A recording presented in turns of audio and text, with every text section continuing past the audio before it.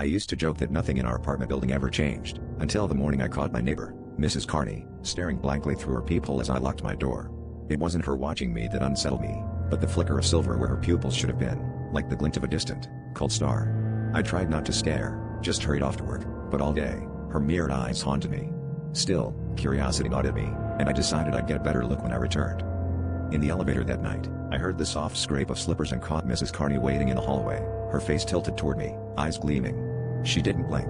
When I mumbled hello, she only smiled, the mirrors in her sockets catching the fluorescent lights and fracturing my reflection into a dozen warped shards. I felt a chill then, like I was being watched by something not quite human, but I couldn't look away. Something deep inside those mirrors beckoned.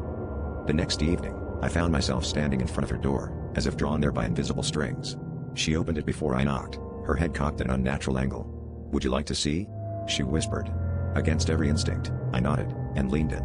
My own face stared back from each of her eyes, but not just my face.